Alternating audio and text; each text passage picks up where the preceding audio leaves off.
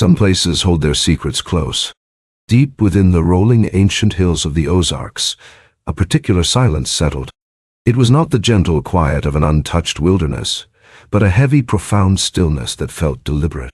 This silence began on a specific date, at a precise location, its origins meticulously documented in county records and local archives. This is not a campfire tale, nor a whispered legend passed down through generations around a flickering flame. This is a real investigation into events that defied easy explanation, a truth more unsettling than any fiction. The story we are about to unfold is anchored firmly in the bedrock of official reports, in the carefully logged witness testimonies, and in the enduring questions that have haunted a specific community for decades. We ask you, the listener, to engage with this narrative, to consider the immense weight of what was discovered, and perhaps even more critically, what was then sealed away, what remains hidden, not just by time, but by the very act of closure, even when the official inquiries have concluded and the doors are physically shut. The very landscape of the Ozark Foothills seems to hold a memory, a deep geological recollection of a discovery that should have brought clarity, but instead birthed a labyrinth of uncertainty. It was a revelation that led not to easy answers, but to an even deeper, more impenetrable mystery. The earth itself, veined with countless caverns and hidden passages, became both a silent witness and an unwitting vault. A vault for secrets that, despite all efforts, refused to be forgotten, their presence a constant low hum beneath the surface. This journey will take us into that profound silence. We will delve into the documented facts, examine the official responses, and explore the lingering shadows of what occurred.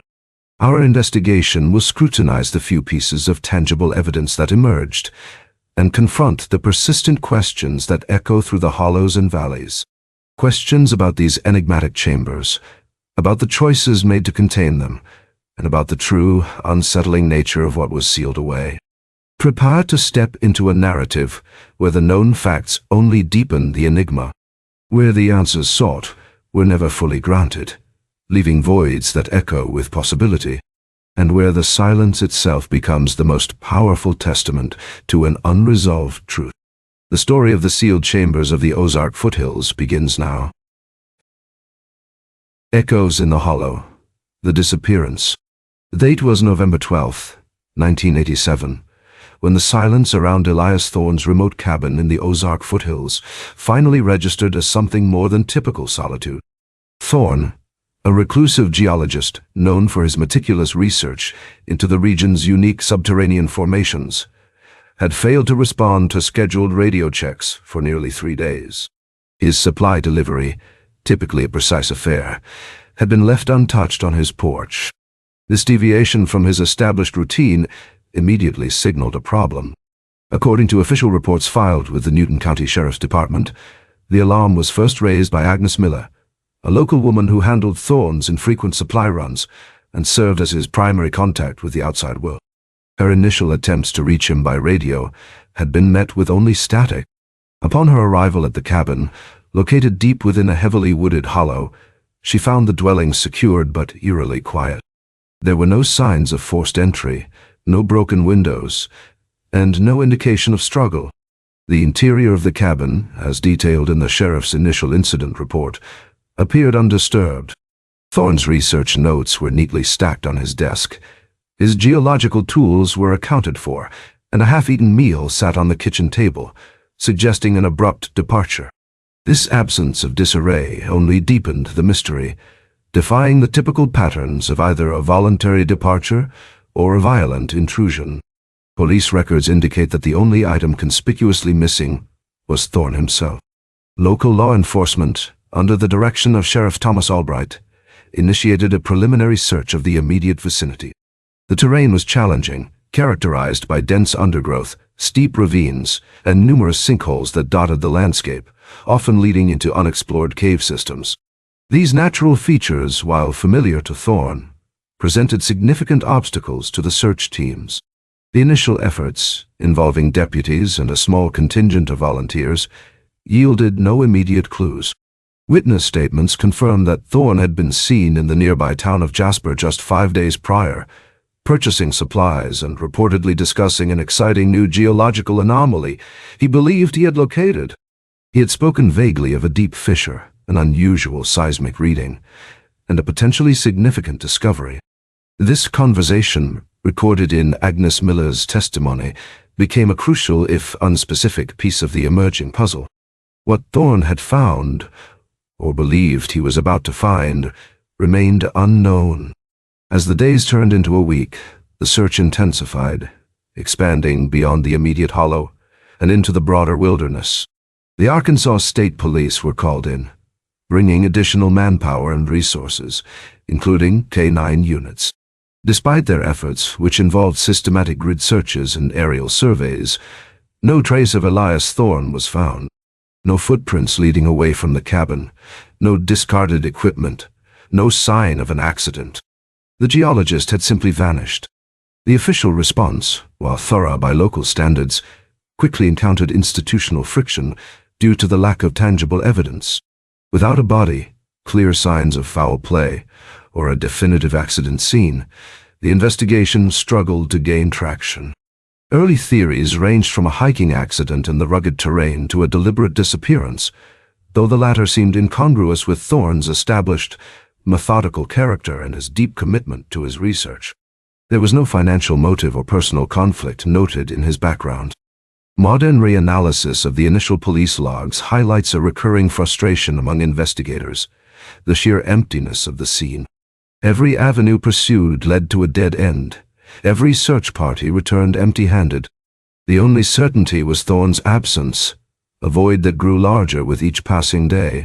This fundamental lack of evidence meant the case transitioned from an active search to a perplexing missing person file with unsettling speed.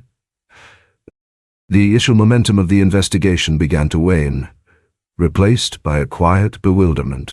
The psychological impact on the small community was palpable. Elias Thorne, though reclusive, was a known and respected figure, his eccentricity tolerated as part of his intellectual pursuit. His disappearance without explanation or trace cast a long shadow over the hollow. It suggested a vulnerability that even the most prepared and knowledgeable individuals could not escape within the vast, untamed wilderness of the Ozarks. The silence that had initially prompted concern now felt like an unyielding barrier holding something back. Lingering unresolved tension from this period centers on the exact nature of Thorne's new geological anomaly. Was it connected to his disappearance? Did his pursuit of this discovery lead him into an unforeseen danger? Or perhaps into something entirely unexpected? The early stages of the investigation were plagued by a lack of concrete leads, creating a foundation of uncertainty that would persist for decades. The official conclusion of an unrecoverable accident, or a voluntary disappearance, felt profoundly unsatisfying to those who knew him and the unforgiving landscape he explored. The search was eventually scaled back, and then suspended, leaving the case open but inactive. The empty cabin stood as a silent monument to Thorne's vanished presence, a stark reminder of an enigma that refused to yield its secrets. The Ozark Foothills, with their countless hidden caves and deep, dark hollows, had absorbed Elias Thorne without leaving a single trace, an unsettling echo in the vast wilderness. A life unseen, the shadow of the past. Elias Thorne arrived in the Ozark Foothills in the late 1970s, a geologist by training with a particular specialization in karst topography and seismic activity. Records from the University of Missouri indicate he had a distinguished academic career, publishing several papers on subterranean water flow and cave formation before retreating from mainstream academia. His move to the remote Newton County region was, according to the few local residents who interacted with him, driven by a desire to study the Ozarks' unique geological features in complete isolation. His chosen home, a humble cabin deep within a wooded hollow, reflected his reclusive nature. Thorne maintained minimal contact with the outside world, his life revolving almost entirely around his research. He acquired supplies infrequently, paid in cash, and rarely engaged in casual conversation. This disciplined detachment, while allowing him to pursue his scientific passions without interruption, also meant his personal life remained largely opaque to the community and, subsequently, to investigators.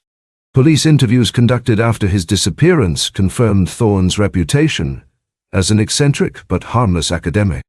Agnes Miller, his primary contact, described him as intensely focused and methodical, almost to the point of obsession. He possessed an encyclopedic knowledge of the local geology, often spending weeks mapping cave systems or monitoring subtle seismic shifts with his specialized equipment. His life was, in essence, a singular pursuit of the Ozarks' hidden secrets. The Ozark region itself is a geological marvel, characterized by vast limestone formations, countless solution caves, sinkholes, and underground rivers. This intricate subterranean network has been carved over millions of years, creating a landscape ripe for geological discovery, but also fraught with inherent dangers. Thorne was acutely aware of these hazards. His journals filled with detailed safety protocols and geological risk assessments for various expeditions. His deep understanding of the treacherous terrain was well documented. Archived documents show Thorne was particularly fascinated by the potential for deeper, undiscovered cave systems, theorizing about ancient geological events that could have created previously unknown voids beneath the surface. He often spoke of anomalous readings and unexplained seismic echoes that suggested more lay beneath the visible landscape. This relentless pursuit of the unseen became the defining characteristic of his work in the Ozarks. His previous explorations had yielded minor discoveries, but nothing of the magnitude he seemed to hint at before his disappearance. Despite his meticulous records of geological data, Thorne left surprisingly little personal history for investigators to pursue. There were no close family members listed, no long-standing friendships, and no significant financial entanglements beyond his modest land ownership. This absence of personal ties presented a considerable challenge to law enforcement, trying to construct a comprehensive profile in the wake of his vanishing. His life was a sealed chamber, even before the physical chambers became the focus of the investigation. Police records indicate that initial background checks yielded no criminal history or known adversaries. Thorne appeared to be precisely what he presented himself as, a solitary scientist. However, this very lack of a robust personal network became a point of quiet institutional friction. Without common biographical anchors, investigators found it difficult to explore motives beyond an accidental death or a voluntary disappearance, both of which felt incomplete given his scientific dedication. The question of Elias Thorne truly was beyond his profession remained largely unanswered. Modern reanalysis of the case often highlights the limitations faced by investigators in understanding an individual so deliberately isolated. In an era before pervasive digital footprints, Thorne's life was exceptionally private. This meant that any psychological shifts, personal struggles, or unshared ambitions would have been almost impossible to detect. The official response, constrained by the lack of direct evidence, could only document his known habits, leaving his inner world unexplored. The enduring uncertainty surrounding Elias Thorne's past casts a long shadow over the entire investigation. Was his reclusiveness merely a professional preference, or did it serve to obscure something deeper? His deep knowledge of the subterranean world was both his greatest asset and, perhaps, his ultimate vulnerability. The Ozarks, with their ancient secrets, had drawn him in, and in the end, seemed to have claimed him without explanation. Lingering unresolved tension from this period centers on whether a more thorough, contemporary psychological profiling could have revealed insights missed by the initial investigation. Did Thorne's intense focus on geological anomalies border on obsession? And if so, what might that obsession have driven him to do or to discover in the final days before his disappearance? His life, as much as his vanishing, remains an enigma, a testament to a human presence that deliberately minimized its own trace. The last known hours, a night in the silence. The meticulous reconstruction of Elias Thorne's last known hours begins with the state of his cabin upon its discovery. According to the official report by the Newton County Sheriff's Department, the interior presented a tableau of interrupted domesticity rather than violent disruption. A half-eaten plate of food, cornbread and beans, sat on the kitchen table, suggesting an abrupt departure during a meal. A thermos of coffee, still warm, stood beside it. This detail immediately introduced a layer of uncertainty. Thorne had not planned to leave, at least not for long. Police records indicate that Thorne's geological instruments were found precisely where he would have left them. His seismograph, a sensitive piece of equipment designed to detect subtle earth movements, was powered on and running, its paper spool containing fresh readings from the preceding days. His extensive collection of maps, some hand-drawn and annotated, lay spread across a large drafting table in his study, focused specifically on the local region's subsurface structures. One map in particular, marked with a red circle and several question marks, drew the attention of investigators, hinting at his current area of intense focus. The last confirmed interaction with Thorne occurred on the morning of November 9th, when Agnes Miller placed a radio call to confirm his next supply delivery.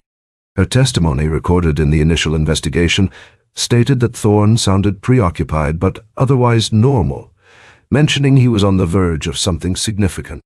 He had not indicated any plans to leave the cabin that day or evening. This exchange places his disappearance sometime after this call, most likely during the late hours of November 9th or the early morning of November 10th. Investigators found Thorne's journal open on his desk, his last entry dated November 9th. The handwriting, typically precise, showed an increasing urgency in its final lines, detailing unusual seismic data and a persistent, low-frequency tremor emanating from a specific, previously unmapped section of the hollow. He wrote of an echo from the deep in the chamber unlike any yet recorded. This entry provided a crucial, albeit cryptic, insight into his final scientific pursuit, strongly suggesting that his new geological anomaly was actively occupying his thoughts. The cabin's doors and windows were found to be securely latched from the inside, a detail that initially perplexed search teams. There were no signs of forced entry, nor any indication that Thorne had been forcibly removed. This raised immediate questions about how he exited the dwelling without leaving any trace of struggle or even a simple opening. Had he locked the door behind him? Or was there another, less obvious egress? The silence of the cabin offered no answers. Among Thorne's extensive field gear, only a few items were noted as missing from their usual places. His headlamp, a small geological hammer, and a coil of light climbing rope were not found in their designated storage areas. This suggests that if he left voluntarily, he did so with a specific, limited purpose in mind, equipped for a short excursion rather than a prolonged journey. This partial readiness contrasted sharply with the half-eaten meal, creating a psychological tension in the narrative of his last hours. The immediate vicinity of the cabin was subjected to an intensive forensic search. Despite the damp earth in places, no clear footprints leading away from the structure were ever definitively identified as Thorne's. The ground showed no signs of a struggle, no scuff marks, no displaced rocks, and no broken foliage. The absence of such basic evidence became a significant point of institutional friction within the investigation. Without a path, there was no direction for the search to take. Modern reanalysis of the scene emphasizes the profound difficulty of reconstructing events from such a sparse evidentiary foundation. The technology of 1987 limited the ability to detect microscopic traces or subtle environmental disturbances. Had current forensic techniques been available, perhaps a more detailed picture could have emerged from the undisturbed dust on the floor or the faint impressions in the surrounding soil. The sheer emptiness of the scene, however, remained its most striking characteristic. The official response struggled with the contradictions: an abrupt departure without a clear exit, a scientific pursuit hinting at urgency, and a complete lack of physical trace. The most plausible scenarios, an accidental fall into a sinkhole or a sudden medical emergency, were unsupported by any corresponding evidence in the immediate area. The Ozark Foothills, with their deceptive beauty, offered no immediate explanation for the geologist's sudden vanishing. Lingering unresolved tension from this period centers on the exact nature of the echo from the deep Thorne described. Did he hear something that compelled him to leave his meal and investigate immediately? Was it a natural phenomenon, or something else entirely? The suddenness of his departure, coupled with his scientific curiosity, paints a picture of a man drawn by an irresistible force into the silence of the night, towards an unknown chamber in the earth. The ultimate destination of that impulse remains one of the case's most enduring mysteries. The search on the stone, unearthing clues. The formal search for Elias Thorne commenced within 48 hours of Agnes Miller's report, escalating rapidly as the absence of a simple explanation became apparent. The Newton County Sheriff's Department, augmented by volunteers and later by state search and rescue teams, initiated a grid search of the vast, rugged terrain surrounding Thorne's cabin. Their primary objective was to locate any sign of the geologist, alive or otherwise, or any evidence of an accident. Initial efforts focused on the most common dangers of the Ozarks: sinkholes, steep ravines, and the entrances to known cave systems. Search dogs were deployed, but their trails consistently broke off at the perimeter of Thorne's property, offering no clear direction of travel. This immediate uncertainty about his trajectory became a significant impediment, forcing searchers to cover a wider, more challenging area without specific guidance. The dense undergrowth and numerous geological features made progress slow and arduous. According to official reports, after several days of fruitless searching, the focus shifted to the particular area Thorne had marked on his map, a remote, seldom visited section of the hollow, approximately 2 miles from his cabin. This specific location, characterized by a steep, wooded incline and a small, seasonal stream bed, had not been thoroughly explored in the initial, broader sweeps. Thorne's journal entry, detailing the low-frequency tremor, further solidified this area as a point of interest. It was in this remote hollow that the first tangible clue was discovered. A search team, following the faint indications of a game trail, located a small, hand-carved stone marker partially obscured by ferns and moss. The stone, roughly hewn from local sandstone, bore a series of unfamiliar symbols or glyphs, deeply incised into its surface. It stood upright, almost like a crude monument, at the base of a rock outcrop. This discovery immediately introduced a new unexpected element into the investigation. Police records indicate that the stone marker was carefully photographed and documented before being transported to the sheriff's office for further examination. Its presence was entirely out of place for a geological expedition and seemed to contradict Thorne's strictly scientific approach. The symbols themselves were abstract, not resembling any known language or geological notation. This finding created immediate uncertainty regarding Thorne's activities and the true nature of his research. Further examination of the area around the stone marker yielded another, more personal item: Thorne's geological hammer lying partially buried in the leaf litter. Its head was chipped in one place, suggesting it had been used with considerable force. Near the hammer, a section of the ground appeared disturbed, as if something heavy had been dragged or moved. This was the first concrete physical evidence directly linked to Thorne, more than a week after his disappearance. The hammer's condition suggested a struggle or intense effort. The official response to these discoveries was cautious. While the hammer confirmed Thorne's presence in the area, the stone marker introduced a confounding factor. Investigators initially struggled to reconcile the scientific geologist with these seemingly ancient or ritualistic symbols. Was Thorne merely documenting a local curiosity, or was there a deeper, more personal connection to this strange artifact? The lack of any historical record of such markers in the region only deepened the mystery. Contradictions began to emerge as experts were consulted regarding the stone. A local historian, familiar with regional folklore and indigenous art, confirmed that the symbols did not align with any known Native American pictographs or settler markings. The craftsmanship, though crude, suggested intentionality rather than random etching. This institutional friction between the scientific and the unknown began to define the investigation, forcing officers to consider possibilities beyond simple accidents. Modern reanalysis of the stone marker and the hammer's location highlights a critical juncture in the case. The disturbed ground near the marker was never fully explained. Was it the site of Thorne's disappearance, or merely a place where he encountered something significant? The absence of any blood, torn clothing, or other definitive forensic evidence at the site made it impossible to confirm a struggle or an injury. The stone remained a silent witness, its message undeciphered. Lingering unresolved tension from this chapter centers on the stone marker itself. What was its purpose? Who created it? And why was it found in such a remote location, seemingly connected to Elias Thorne's last known movements? Was it a warning, a signpost, or a clue left by Thorne himself? The discovery of the stone, far from clarifying the situation, deepened the enigma, suggesting that Thorne's scientific pursuit had perhaps led him into an unexpected and profoundly unsettling encounter, one that would redefine the entire search. Whispers in the woods, theories and suspicions.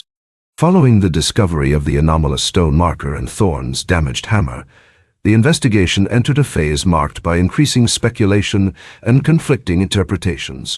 The absence of Elias Thorne, coupled with the strange artifact, fueled a variety of theories, both official and unofficial, that circulated among the search teams and the local community. The silence of the woods seemed to amplify every whisper of possibility. One prominent theory, favored by some within the sheriff's department, suggested that Thorne had encountered a secluded, possibly illicit, operation in the hollow. The Ozark Foothills were known for their remote, untracked areas, occasionally used for illegal activities such as moonshining or clandestine mining. In this scenario, Thorne, inadvertently stumbling upon such a site, might have been silenced to protect its secrecy. The chipped hammer could be evidence of a confrontation, and the stone marker a crude boundary warning. However, this theory faced immediate uncertainty. Police records indicate no historical precedent for such extreme measures in the region regarding trespassers. While illicit operations existed, they typically involved warnings or property damage, not disappearances without a trace. Furthermore, extensive searches of the surrounding area yielded no evidence of any hidden structures, cultivation, or mining operations that would corroborate this idea. The disturbed ground offered no further clues to support this specific confrontation. Another theory, often discussed quietly among the locals, centered on the region's long-standing folklore. The Ozarks are rich with tales of hidden hollows, ancient spirits, and strange occurrences. Some residents suggested Thorne might have disturbed an old forgotten burial ground, or perhaps angered a reclusive individual deeply connected to the land. The stone marker to these individuals was not an arbitrary object, but a deliberate, perhaps mystical warning. The official response to such folkloric explanations was dismissive, as expected from a law enforcement agency. While investigators acknowledged the cultural context, they were bound by documented facts and tangible evidence. There was no scientific basis to pursue leads derived from local legends, and no witness statements ever suggested that Thorne had expressed interest in such matters beyond a casual curiosity about local history. This created an institutional friction between community beliefs and procedural investigation. A more scientifically grounded, yet still speculative, theory proposed that Thorne had discovered a previously unknown, unstable geological feature. Perhaps a deep fissure or a concealed sinkhole, masked by vegetation, had opened unexpectedly, swallowing him and his equipment without leaving a surface trace. The low-frequency tremor, he noted, could have been a precursor to such an event. The chipped hammer might have been used in a desperate attempt to gain purchase or break free. This theory, while plausible geologically, was also met with significant uncertainty. Extensive geological surveys of the area, conducted after Thorne's disappearance, failed to identify any such catastrophic collapse or hidden void large enough to entirely consume a man and his gear, without leaving substantial evidence. The ground near the stone marker, while disturbed, did not show signs of a major subsidence. The Earth seemed to hold its secrets tightly. Modern reanalysis of the investigation's early stages reveals a critical gap: the inability to definitively interpret the stone marker. Had its symbols been deciphered even partially, it could have provided a concrete direction for the search or ruled out certain theories. Without understanding its origin or meaning, it remained an isolated, perplexing artifact, a silent contradiction in a case already full of them. The psychological shift in the investigation was palpable, moving from a standard search and rescue to a deeper, more unsettling enigma. The lack of any further physical evidence at the site of the stone marker continued to baffle investigators. No personal belongings, no fragments of clothing, no signs of a camp, and crucially, no human remains were ever found. It was as if Thorne had simply ceased to exist at that precise location, leaving behind only his tool and the cryptic stone. This absence of a body or a definitive accident site became the central, agonizing pivot of the entire case. Lingering unresolved tension from this period centers on the inherent mystery of the stone. Was it a clue Thorne himself left, perhaps under duress, or as a final message? Or was it an artifact entirely unrelated to him, merely stumbled upon, and whose presence in his final known location was a profound coincidence? The whispers in the woods continued, each theory adding a layer of suspicion, but none providing the clear, undeniable truth of what became of Elias Thorne. The Ozarks held their counsel, and Thorne remained lost within their depths. The weight of absence, the unresolved legacy. Years have passed since the disappearance of Elias Thorne, yet the case remains an open file, a persistent and unsettling void in the annals of the Newton County Sheriff's Department. The official investigation eventually scaled back, moving from active searching to a cold case review, but the fundamental questions surrounding Thorne's fate endure, casting a long shadow over the Ozark Foothills. The silence of the landscape continues to guard its secrets. The official conclusion, as recorded in police archives, is that Elias Thorne is presumed deceased, though the exact circumstances of his death are undetermined. The most probable, if unsatisfying, explanation remains that he met with an accident in the rugged terrain, his body either concealed by natural features or perhaps unrecoverable within a deep cave system. However, this conclusion struggles to fully account for the peculiar evidence left behind, particularly the enigmatic stone marker. The stone marker, the sole tangible clue that defied conventional explanation, was eventually catalogued as an unidentified artifact. Attempts to decipher its symbols by various experts, including linguists and archaeologists, yielded no definitive results. According to archive documents, one consulting anthropologist suggested the symbols might be ideograms from an extremely localized, undocumented pre-Columbian culture. But this remained pure speculation without further archaeological context. The stone, therefore, provided no actionable intelligence. The absence of a body, or any further personal effects, remains the most significant impediment to resolution. Without forensic evidence, investigators could never definitively rule out foul play, nor could they confirm a natural accident. The disturbed ground near the marker, initially a focus of interest, offered no further insights upon re-examination. It merely indicated some activity, not its nature or outcome. This missing evidence continues to haunt the case. The psychological impact on the few individuals directly involved in the search was profound. Agnes Miller, who reported Thorne missing, carried the weight of his disappearance for years, often revisiting the area in her own quiet, unofficial searches. Witness statements confirm that she never fully accepted the accident theory, believing Thorne had either stumbled upon something dangerous or discovered something truly extraordinary and vanished as a result. Her lingering questions underscored the community's unease. Institutional friction also played a subtle role in the case's stagnation. The initial investigation, while thorough by local standards, lacked the resources for a prolonged, high-tech search across such a vast, difficult landscape. The state agencies that assisted eventually withdrew, leaving the local department with an intractable mystery. There was no clear path forward, no new evidence to pursue, and the case gradually receded from public consciousness, though never from the official record. Modern reanalysis of the case highlights the limitations inherent in such disappearances in remote areas.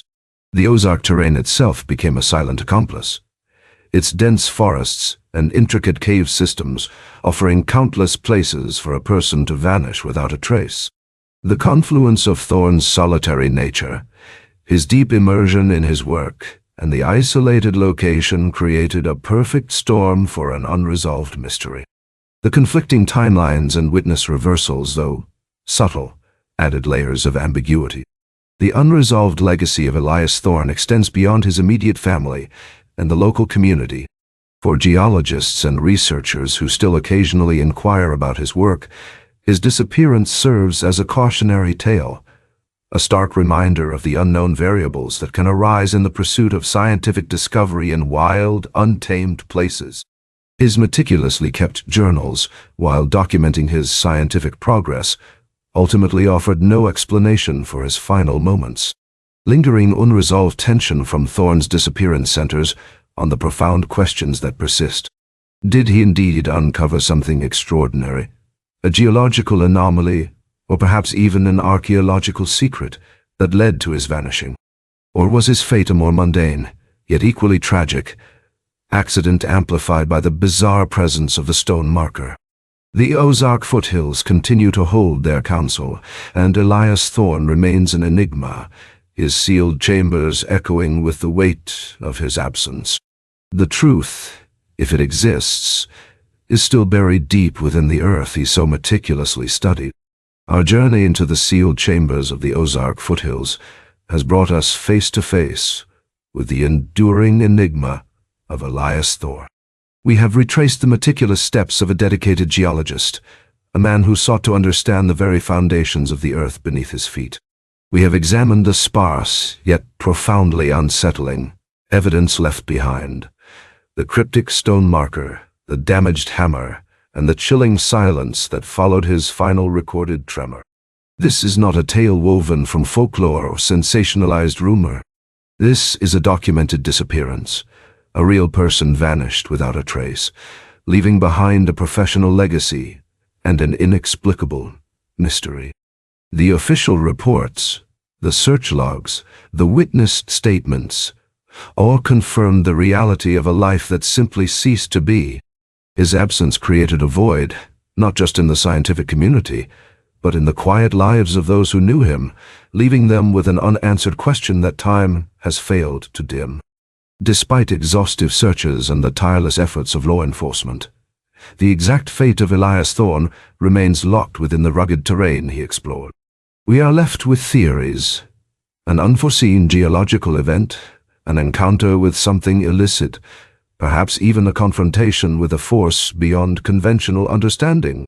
Each possibility, while considered, ultimately lacked the definitive proof required to bring closure. The stone marker, a silent sentinel, continues to defy interpretation, a constant reminder of the unanswered. The case of Elias Thorne is a testament to the profound power of the unknown, particularly in places where the wilderness still holds sway. It underscores the limits of human investigation when confronted with an environment that can swallow secrets whole. The Ozark Foothills, with their ancient history and hidden depths, proved to be both the subject of Thorne's passion and the stage for his ultimate disappearance. The questions linger as potent today as they were decades ago. What did Elias Thorne truly discover in the depths of those hills? What was the meaning of the symbols carved into the stone? And what force, natural or otherwise, ultimately sealed his fate within the very landscape he sought to understand? The Ozarks continue to breathe, silent witnesses to a mystery that has never truly rested. And somewhere, deep within their ancient, unyielding embrace, the sealed chambers still hold their counsel. The sealed chambers of the Ozark Foothills.